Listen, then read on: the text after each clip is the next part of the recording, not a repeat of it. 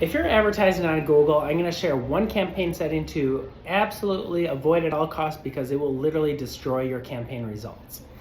And what that setting is, it's within location settings. Within location settings, you can upload your geo footprint that you're looking to target. So whether it be cities or DMAs or states or countries, all that's fine. But when you target them, Google gives you two different options on how you're going to target them. One option is to target people that are physically in that location. It's called a presence target. They either have to be in or frequently in that location. That's the good setting. The location setting to avoid at all costs is the presence plus interest. What that means is Google will say, okay, we're going to target anyone who's in that location, good, but also people who have expressed interest in that location. What that means is you could be on the other side of the states and be applicable within that target if you just search weather or hotels or airfare for that specific location.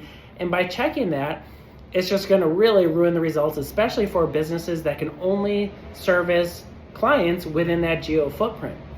Why does Google recommend this? Because Google wants more ad revenue. And by adding a bigger addressable audience, that's more clicks and more revenue that they can get in. But unfortunately, that audience just won't convert for local businesses because they can't service folks on another part of the country for most of these businesses. I see this all the time, and just even recently was consulting with a client, other part of the country.